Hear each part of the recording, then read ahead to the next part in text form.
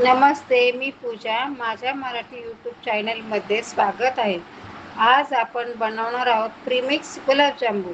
त्यासाठी मी सुहानाचे प्रीमिक्स घेतले आहे. तुम्हाला जे आवडेल ते प्रीमिक्स तुम्ही घेऊ शकता.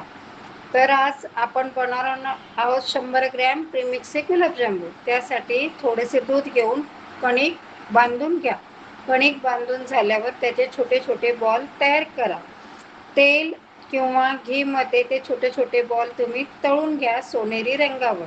बॉल तळून झाले की आपण त्यासाठी 1 फुलपात्र साखर घेणार आहोत आणि 2 फुलपात्रे पाणी घेणार आहोत. ते एकत्र करून उकळून घ्या व थंड करा. त्यात तुम्हाला आवडत असेल तर वेलदोडा टाका किंवा केशर पण टाकू शकता.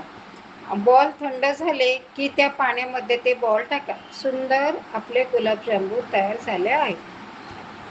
व्हिडिओ आवडला असेल तर लाईक, शेअर, सबस्क्राईब करा.